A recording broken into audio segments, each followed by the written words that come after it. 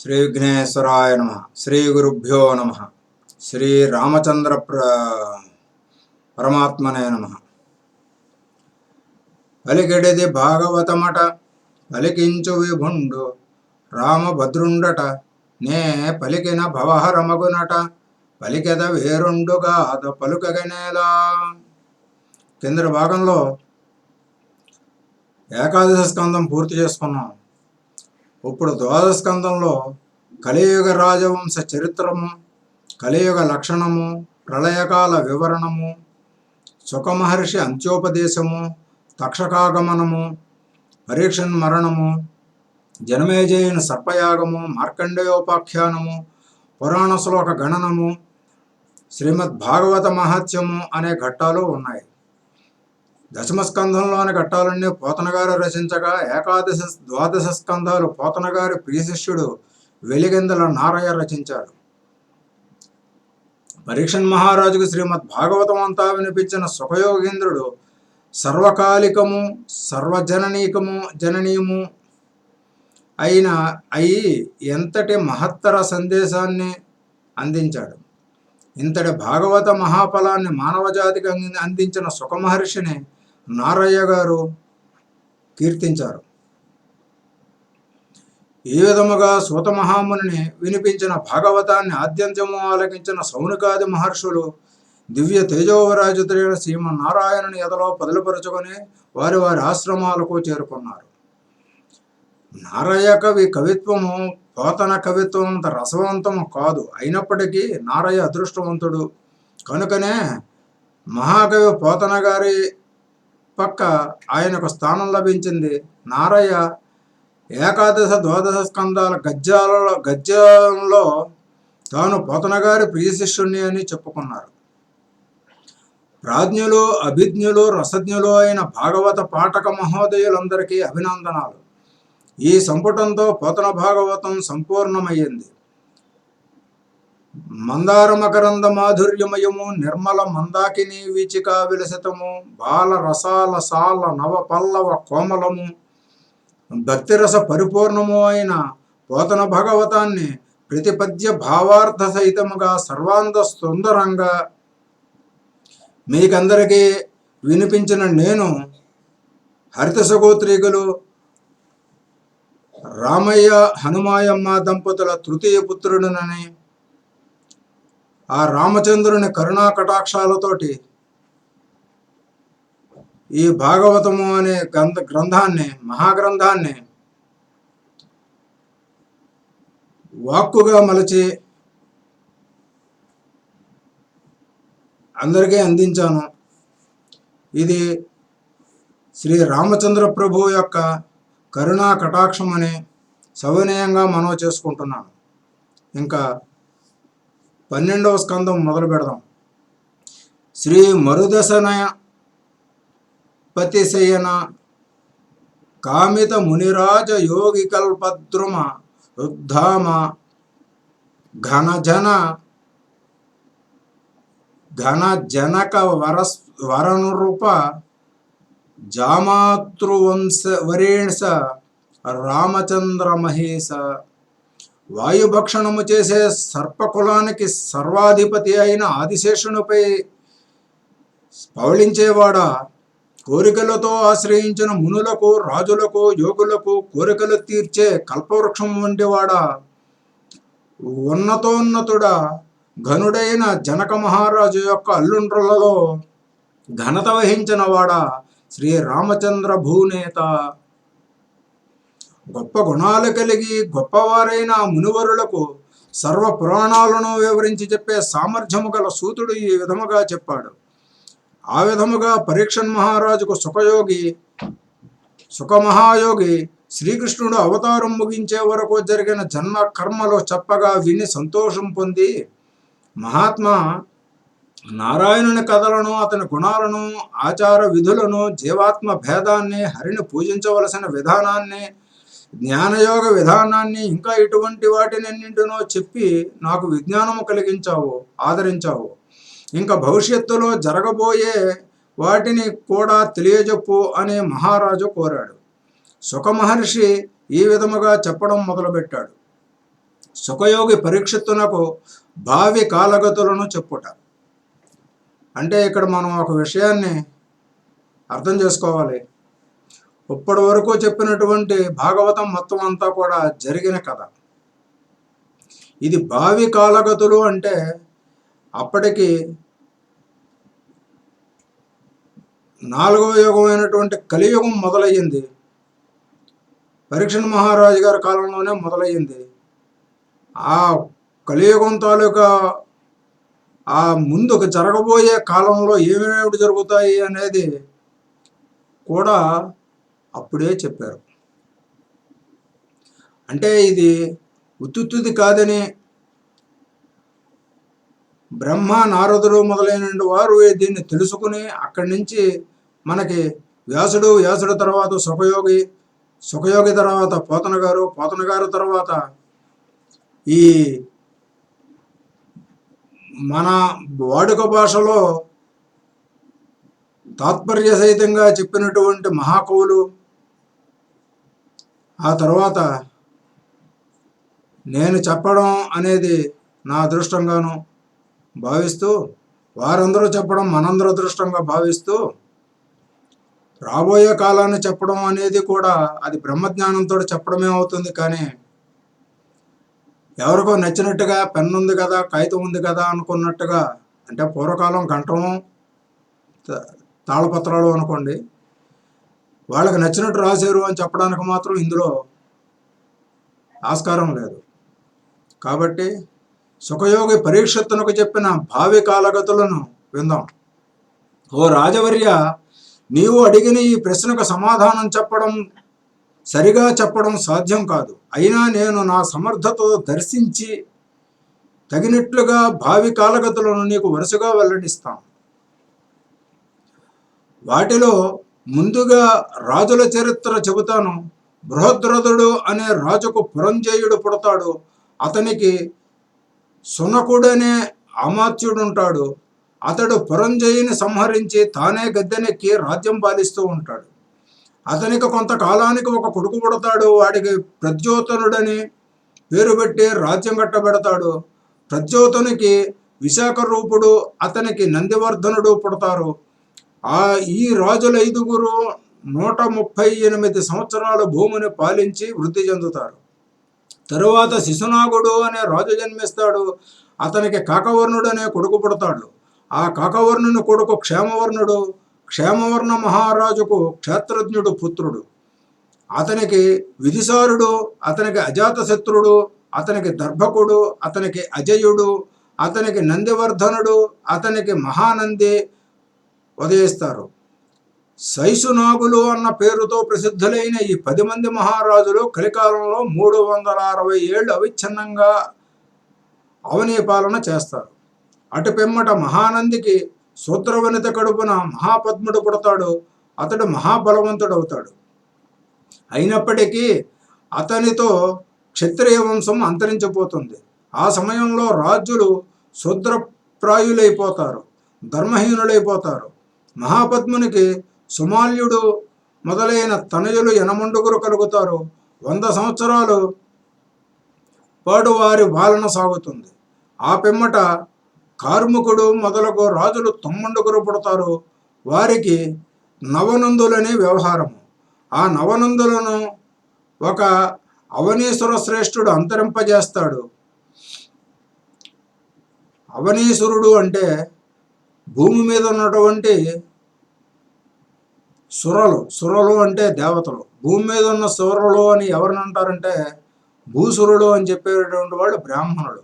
ఆ బ్రాహ్మణ శ్రేష్ఠుడు అంతరింపజేస్తాడు అని ఇక్కడ చెప్పారు. ఆయన ఎవరో కాదు, మనం వినేటటువంటి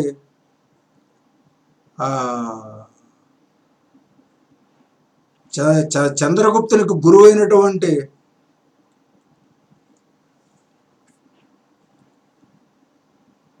చెబుతాను ఆయన పేరు. నందులు లేకపోవడం చేత కొంతకాలం పాటు మౌర్యుల పాలన చేస్తారు. ముందు చెప్పిన ఆ అవనేశ్వర శ్రేష్ఠుడు చంద్రగుప్తునికి అభిషేకము చేసి రాజ్యాన్ని అప్పగిస్తాడు. ఆ అవనేశ్వర శ్రేష్ఠుడు ఎవరో కాదు, చాణక్యుడు. ఆ చంద్రగుప్తునికి వారిసారుడు ఆవిర్భవిస్తాడు. క్రమంగా వారిసారుని కొడుకు అశోకవర్ధనుడు, అతని తనయుడు సుయశస్సుకి సుతుడు సంయుతుడు, అతని నందనుడు శాలిశూకుడు, వాని పుత్రుడు సోమశర్ముడు, వాని తనూభవుడు శతధన్వుడు, వాని కుమారుడు బృహద్రథుడు వరుసగా రాజులవుతారు. మౌర్యునితో కలిసి ఆ 10 మంది రాజులు మొత్తం మీద 137 సంవత్సరాలు నిరాఘాటంగా రాజ్యపాలన చేస్తారు. ఆ సమయంలో బృహద్రథుని సైన్యాధిపతి శృంగవంశజుడైన పుష్యమిత్రుడు అతనిని చంపి రాజ్యాన్ని అపహరిస్తాడు. అతనికి అగ్నిమిత్రుడు పుట్టి రాజవుతాడు. అతని తరువాత సుజ్యేష్ఠుడు, వసుమిత్రుడు, భద్రకుడు, పులిందుడు, ఘోషుడు, వజ్రమిత్రుడు, భాగవతుడు, దేవభూతి వరుసగా తమ తండ్రి నుంచి సంక్రమించిన రాజ్యాన్ని తాము గ్రహించి పాలిస్తారు. పైన చెప్పిన 10 మంది శృంగులు 112 సంవత్సరాలు రాజరకం నిలుపుకుంటారు. వంశజులలో చివరివాడైన దేవభూతిని కణ్వమంత్రి అయిన వసుదేవుడు వధించి తానే రాజ్యాధిపతి అవుతాడు. అతనికి భూమిపుత్రుడనే పుత్రుడు కలుగుతాడు. ఆ మహానుభావానికి నారాయణుడనే కొడుకు పుడతాడు. కణ్వవంశస్థులు మొత్తం మీద 355 సంవత్సరాలు ప్రభువులై పాలన చేస్తారు. వారు ఎంతో నేర్పుతో ఈ భూమిని పరిపాలన చేస్తారు. అయినప్పటికీ తమ అంతరంగంలోని మోహం తొలగించుకోలేరు. కాలం మిక్కిలి చంచలమైనదన్న సత్యాన్ని తెలుసుకోలేరు మహాత్మా. ఆ రాజుల గొప్పతనాన్ని సమగ్రంగా 1000 తలలు గల ఆదిశేషుడైనా చెప్పలేరు. వారు చాలా కాలం భూమి నేలుతారు. అయినా భ్రాంతిమగ్నులై ఈ భూమిలోనే అణిగిపోతారు. గుర్రములు, ఏనుగులు మొదలైన సంపదలు శాశ్వతమని నమ్మరాదు. ప్రశాంత హృదయంతో నిరంతరము హరిని స్మరించే సుజనులు అతని యందే చేకుంటారు. ఆ పిమ్మట విషయము విను. కణ్వవంశంలో సుశర్ముడనే రాజు పుడతాడు. కానీ అతనికి మృత్యుడైన ఆంధ్రజాతీయుడు వృషలుడనేవాడు అతనిని వధిస్తాడు. అధర్మ మార్గంలో సంచరిస్తూ ఆ రాజ్యాన్ని విక్రమంతో పరిపాలిస్తాడు. అతని తరువాత అతని తమ్ముడు కృష్ణుడు రాజవుతాడు. ఆ తరువాత శాంతకర్ణుడు, పౌర్ణమాసుడు, లంబోదరుడు, శిబిలకుడు, మేఘస్వాతి, దండమానుడు, హలేయుడైన అరిష్టకర్మ, తిలకుడు, పురీషసేతుడు, సునందనుడు, వృకుడు, జటాపుడు, శివస్వాతి, అరిందముడు, గోమతి, పురీమంతుడు, దేవశీర్షుడు, శివస్కందుడు, యజ్ఞశీలుడు, శృతస్కందుడు, యజ్ఞశ్రుతుడు, విజయుడు, చంద్రబీజుడు, సులోమధి అనే రాజులు పైతృకంగా వచ్చిన రాజ్య సంపదను క్రమంగా అనుభవిస్తారు. వారందరూ పాలించిన కాలము 456 సంవత్సరాలు. ఈ కాలగణన కూడా ఎంత ఖచ్చితంగా రాబోయే కాలంలో అది చెబుతున్నారు అని అంటే వారి యొక్క దర్శన శక్తిని మనం గ్రహించాలి. ఆ తరువాత వంశజుడు 7, గర్ధభ వంశస్థులు 10 మంది, కంక వంశజులు 16 భూభారాన్ని ధరించి పాలిస్తారు. ఆ తరువాత 8 మంది యవనులు, 14 బర్భరులు ప్రభువులవుతారు. అటు పిమ్మట గురుండులు 13, మౌనులు 11 మంది గర్వంతో కన్ను మిన్ను కానకుండగా 1909 సంవత్సరాల పరిపాలన సాగిస్తారు. అటు పిమ్మట మౌన వంశంలో పుట్టిన 11 మంది 300 సంవత్సరాల పాటు మత్సరగ్రస్తులే పరిపాలన సాగిస్తారు. అదే సమయంలో కైలికిలులు అనే యవనులు అవని పాలకులవుతారు. ఆ తర్వాత భూతనందుడు, నవభంగిరుడు, శిశునందనుడు, అతని తమ్ముడైన యశోనందనుడు, ప్రవీరకుడు అనేవారు వీరులై 106 సంవత్సరాల పాలకులవుతారు. ఆ రాజులకు 13 కొడుకులు పుడతారు. వారిలో 6 బాహ్లిక దేశానికి అధిపతులవుతారు. మిగిలిన 7 కోసల దేశానికి అధిపతులవుతారు. అప్పుడు వైఢూర్యపతులు నిషేధ దేశానికి అధీశ్వరులవుతారు. పురంజయుడు మగధ దేశ ప్రభువుగా ప్రభవిస్తాడు. పుళిందులు, యదువంశస్థులు, మద్రదేశీయులు అయిన హీనజాతి జనులు బ్రహ్మజ్ఞానహీనులు, హరిభక్తి విహీనులుగా కాగా వారికి ధర్మాన్ని ఉపదేశించి నారాయణుని పట్ల భక్తి తాత్పర్యం కలుగజేస్తాడు. శక్తి శౌర్య సమన్వితులైన క్షత్రియుల వంశాలను తొక్కిపెట్టి పద్మావతి నగరం రాజధానిగా చేసుకుని గంగ నుంచి ప్రయాగ వరకు గల భూమిని పాలిస్తాడు. శూద్రప్రాయులైన రాజులు, వ్రాత్యులు, నాస్తికులు అయిన బ్రాహ్మణులు సౌరాష్ట్రము, అవంతి, అభీరము, అబ్బురదము, అర్బుదము, మాళవము అనే దేశాలకు అధిపతులవుతారు. సింధు తీరంలోనూ, చంద్రభాగ పరిసరాలలోనూ, కాశ్మీర దేశంలోనూ మ్లేచ్ఛకారులైన రాజులు పరిపాలన చేస్తారు. వారికి తెలివితేటలుండవు, ధర్మము, సత్యము, దయ ఉండవు. క్రోధమాశ్చర్యాలతో పెచ్చిరిల్లి స్త్రీలను, బాలకులను, గోవులను, బ్రాహ్మణులను వధించడానికి వెనుదీయరు. పరధనాసక్తి, పరవనితాశక్తి కలిగి రజోగుణంలోనూ తమోగుణంలోనూ మునిగి అల్పాయువులు, అల్పబలులు అవుతారు. శ్రీ విష్ణుపాద పద్మక మకరందములోని రుచి వారికి తెలియదు. ఒకరి పట్ల ఒకరు వైరము పెంచుకొని యుద్ధాలకు సిద్ధపడి ప్రాణాలు కోల్పోతారు. ఆ సమయంలోని ప్రజలు కూడా వారి వేషభాషలను, శీలవృత్తులను అనుసరిస్తారు. అంటే వాళ్ళకిలాగే గోవులను చంపడం, బ్రాహ్మణులను చంపడము, స్త్రీలను, బాలకులని చంపడము, అల్పాయుర్ధాయంతో, అల్పబలంతో దేవుడి పైన నమ్మకం లేకుండా ఉండడం, ఇవన్నీ కూడా వారి ప్రజలు కూడా అనుసరిస్తారు. అందువల్ల లోకంలో రోజు రోజుకు ధర్మం తగ్గిపోతుంది. 4 కులాలలోనూ ధనవంతుడైన వాడే ధాత్రి పాలకుడు అవుతాడు. ఇప్పుడు జరిగేది అదేగా. బలం కలవాడిని కులం లేకపోయినప్పటికీ గొప్ప గుణవంతుడిగా పరిగణిస్తారు. ఇంకా చెప్పడానికి ఏముంది? కలిమి బలిమి రెండూ ఉంటే లోకంలో అతడే రాజు. ఆ విధమైన వ్యవహారం వల్ల ప్రజలు దురాశాపరులై వ్యభిచారము, దొంగతనము మొదలైన వాటికి లొంగి ధనహీనులవుతారు. అడవులలో కూరలు, దుంపలు, పండ్లు తింటూ కొండలలో గుహలలో తిరుగుతూ కృషించిపోయి కరువుకు, కాటకానికి, చలికి, గాలికి, ఎండకు, ఆకలికి భయపడిపోతారు. వారి ఆయుర్దాయం తరిగిపోతుంది. వారి శరీరాలు కూడా చిక్కి చిన్నవైపోతాయి. ఇంకా రాజులు తామే దొంగలై తిరుగుతూ ఉంటారు. అధర్మంగా సంచరిస్తూ వర్ణాశ్రమ ధర్మాలను విడిచిపెట్టి శూద్ర సమానులై ఉంటారు. ఆ సమయంలో ఔషధులు కూడా అంతగా ఫలవంతములు కావు.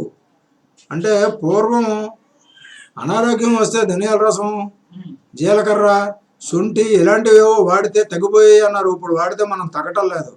ఇక ఇది ఎన్ని వందల ఏళ్ళు కాదు, వేల ఏళ్ల క్రిందట మనకి పురాణంలో ఋషులు చెప్పారు. ఇది నిజం కాదంటారా? ఇది నిజం కాదని ఒప్పుకుంటే మిగతావన్నీ కూడా మీకు అర్థమవుతాయి. మబ్బులు వెట్టుపోయే, వర్షాలు కురవవు, పండిన పంటలలో పస ఉండదు. ఈ విధముగా లోకము ధర్మ మార్గాన్ని తప్పినప్పుడు విష్ణుమూర్తి దుష్ట శిక్షణ కొరకు, శిష్ట రక్షణ కొరకు శంబల గ్రామంలో విష్ణుశయనుడనే విప్రునికి తనయుడై జన్మిస్తాడు. అతడే కలికి రూపంలో వచ్చిన అవతారమూర్తి. కలికి యొక్క తండ్రి పేరు కూడా క్లియర్గా, ఊరు పేరు కూడా చెప్పారండి. కలికి రూపంలో వచ్చే అవతారమూర్తి. దేవతా సమూహాలు చూస్తూ ఉండగా దేవదత్తమనే అశ్వాన్ని ద్రోహించి కలికి భగవానుడు దుష్టులైన మ్లేచ్ఛులను తన కత్తితో తుత్తునియలు చేస్తాడు. అప్పుడు భూమండలము, దుష్టజన మండలము తొలగిపోవడము చేత వెలుగుతుంది. ప్రజలలో విష్ణుభక్తి కుదురుకుంటుంది. ధ్యానవందనార్చనాదులందు ఆసక్తి కలిగి ప్రజలు నారాయణ భక్తి పరాయణులై మెలుగుతూ ఉంటారు. ఈ విధముగా కలికావతారం వల్ల అందరూ ధన్యత్వం పొందుతారు. అన్ని చోట్ల కృతయుగ ధర్మమే ఆచరణలో ఉంటుంది. అంటే కలియుగాంతం అవుతుందన్నమాట. చంద్రుడు, సూర్యుడు, శుక్రుడు, బృహస్పతి ఒకే రాశిలో ప్రవేశింపగా అది కృతయుగంగా కనబడుతుంది. మహారాజా, నీ పుట్టు మొదలుకొని నందాభిషేకము వరకు జరుగుతూ ఉన్న జరగవలసిన కాలము 1115 సంవత్సరాలు. 1115 సంవత్సరాలు. మిగిలిన కాలాన్ని నువ్వే గణించవచ్చు. ఆ పిమ్మట నారాయణుడు దుష్టరాజులనందరినీ ధ్వంసము చేసి ధర్మాన్ని నిలిపి మళ్ళా వైకుంఠానికి వెళ్ళిపోతాడు అని సుఖయోగి చెప్పాడు. అప్పుడు మహారాజు మునినాథ, చంద్రగ్రహం సూర్యగ్రహము సంచరించే మార్గాలు ఏవి? కాలవర్తన క్రమం ఏమిటి? నాకు తెలియజెప్పి సంతోషం కలిగించవా అని అడిగాడు. సరే అని సుఖమహర్షి పరీక్షన్ మహారాజుకు చెప్పడం మొదలుపెట్టాడు. విను. సప్తర్షి మండలంలోని పూర్వ నక్షత్రాలకు రెండింటికి సమంగా మధ్యగా రాత్రి సమయంలో ఒక నక్షత్రం కనబడుతుంది. అది కనిపించి మనుష్య గణన ప్రకారము 100 సంవత్సరాలు గడిస్తే జనార్దనుడై కృష్ణుడు స్వస్థానానికి వెళ్ళిపోయాడు.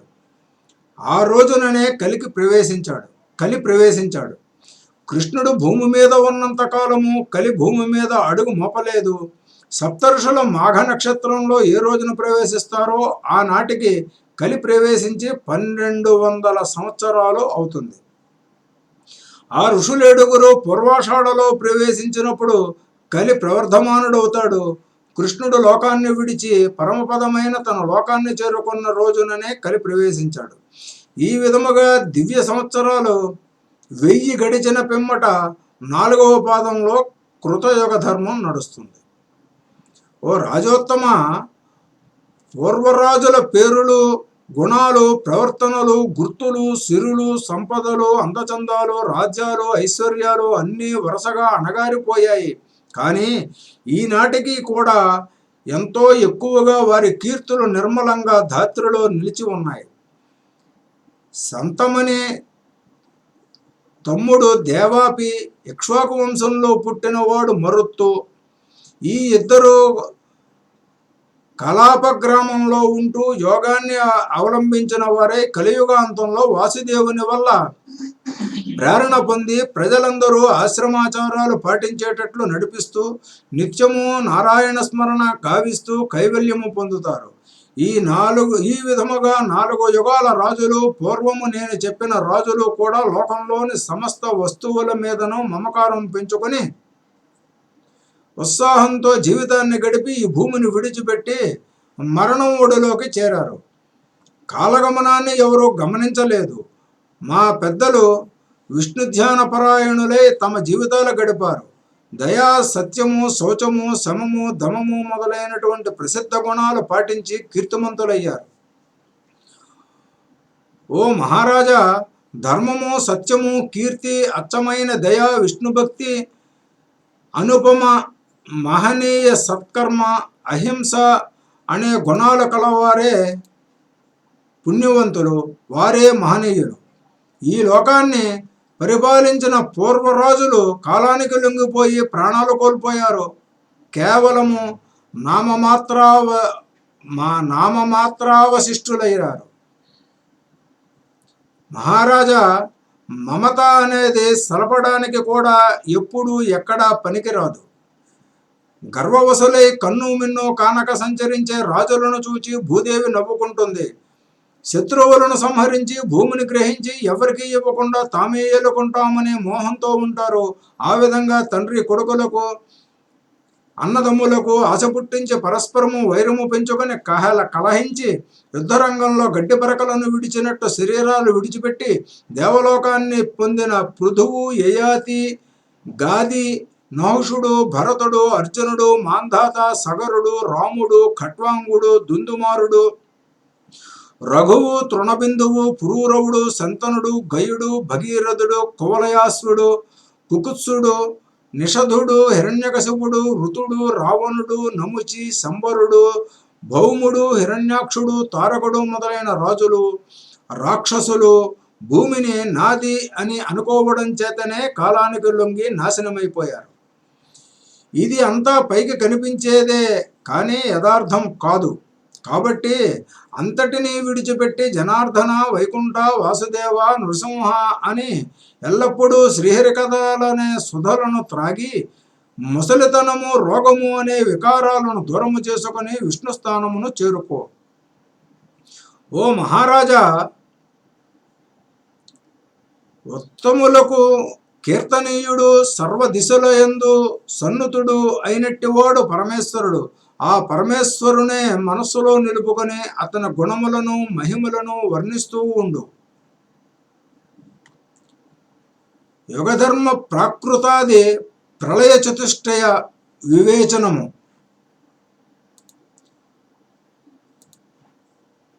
అని యోగివర్యుడైన సుకుడు రాజేంద్రుడైన పరీక్షిత్తుకు చెప్పాడు.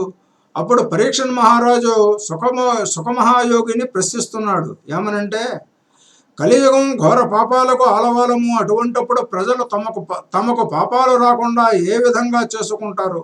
ఏ విధంగా కాలం నడుస్తుంది? కాలస్వరూపుడవు విష్ణువే. అతని ప్రభావము ఏ విధముగా తెలుస్తుంది? ఈ లోకాలన్నీ ఏ విధముగా నిలుస్తాయి అని సుఖమహర్షి మహారాజు ప్రశ్నలకు ఈ విధముగా బదులు చెప్పడం మొదలుపెట్టాడు. కృతయుగము, త్రేతాయుగము, ద్వాపరయుగము, కలియుగము అనే 4 యుగాలు. ఆ 4 యుగాలు క్రమంగా ప్రవర్తించేది ధర్మం ఉంది. ఆ ధర్మానికి సత్యము, దయ, తపస్సు, దానము అని 4 పాదాలు. మొదటిదైన కృతయుగంలో శాంతి, దాంతి, ఆత్మజ్ఞానము, వర్ణాచారాలు, ఆశ్రమాచారాలు మొదలైన వాటిని కలిగి ధర్మం 4 పాదాలతోనూ పరిపూర్ణత్వం పొంది నడుస్తుంది. రెండవదైన త్రేతాయుగంలో శాంతి, దాంతి, కర్మాచరణ మొదలైన లక్షణాలు కలిగి ధర్మం 3 పాదాలతో నడుస్తుంది. మూడవదైన ద్వాపరయుగంలో బ్రాహ్మణ పూజ, జపానుష్ఠానములు, అహింసావ్రతము మొదలైన లక్షణాలు కలిగి ఉంటుంది. ఆ ధర్మం 2 పాదాలతో నడిచి ప్రకాశిస్తుంది. ఇంకా 4వది కలియుగము. ఈ యుగములో జనులు ధర్మదూరులుగా, అన్యాయం ఆచరించేవారుగా, క్రోధము, మాత్సర్యము, మోహము, లోభము మొదలైన దుర్గుణాలతో కూడుకున్నవారుగా ఉంటారు. వర్ణాచారాలను, ఆశ్రమాచారాలను విడిచిపెట్టేస్తారు. దురాచారాలు అవలంబిస్తారు. తినరాని అన్నం తింటారు. సూత్రసేవ యందు మునిగి ఉంటారు. దయలేని వారే నిష్కారణంగా వైరము వహించిన వారు అవుతారు. దయా, సత్యము, శౌచము మొదలైన గుణాలు లేనివారే అబద్ధాలు చెబుతూ, కపటోపాయాలు పన్నుతూ, దరిద్రులై దోష దర్శనం మీదనే చూపు నిలిపిన వారే పాపశీలం కలిగిన రాజులను సేవిస్తూ ఉంటారు. పాపశీలము కలిగిన రాజులను సేవిస్తూ ఉంటారు. తల్లి, తండ్రి, కొడుకులు, సోదరుడు, చుట్టము, జ్ఞాతి, స్నేహితుడు అన్న అనురాగ బంధము గలవారినందరినీ విడిచిపెట్టి కేవలము కాముక కర్మ ఎందే కాంక్ష గలవారే తిరుగుతూ కుల పవిత్రతను కూలదోస్తారు. అంతేకాదు, ఆ కాలంలో కరువు కాటకాల వల్ల ప్రజలు నశించిపోతారు. బ్రాహ్మణులు పరిగ్రహింపరాని దానాలు పరిగ్రహిస్తూ యథేచ్ఛ విహారులై ఉంటారు. ఇతరుల ధనమందున్న ఆసక్తి చేత మాత్రమే యజ్ఞయాగాదులు చేస్తూ ఉంటారు. ఇలా భ్రష్టులు, నీచులు కావడము చేత నశిస్తారు. కాబట్టి ఈ కలియుగంలో ఒక్క క్షణమైనా సరే నృసింహ, వాసుదేవ, సంకర్షణ మొదలైన నామాలతో సుస్థిరమైన భక్తితో హరిని స్మరించాలి. ఆ విధముగా హరిస్మరణ పరాయణులైన వారికి స్మరణ మాత్రమున 100 యజ్ఞాలు చేస్తే ఎంత ఫలితం వస్తుందో అంత ఫలితము వస్తుంది. కాబట్టి రాజచూడామణి, నువ్వు నీ మనస్సులో నిరంతరంగా హరిని స్మరించు. కలియుగము అనే పాపాలకు పుట్టినిల్లు. కలియుగము అనేక పాపాలకు పుట్టినిల్లు. అందువల్ల ఒక్క నిమిషము ధ్యానము చేసినప్పటికీ నీకు ఉత్తమమైన పావనత్వము కలిగి కృతార్థుడు అవుతావు అని చెప్పాడు సుఖమహర్షి. మళ్ళీ ఆయనే అందుకొని, అంటే సుఖమహర్షి మళ్ళీ ఇలా చెబుతూ ఉన్నాడు. 3వ యుగమైన ద్వాపర యుగంలో కృష్ణ అని హరినామస్మరణ చేస్తూ, హరిని గానం చేస్తూ, కరిని తలచి ముందుగానే బుద్ధిమంతులు కావడం చేత భగవంతుని యందు క్రీడిస్తున్నారు అని చెప్పాడు.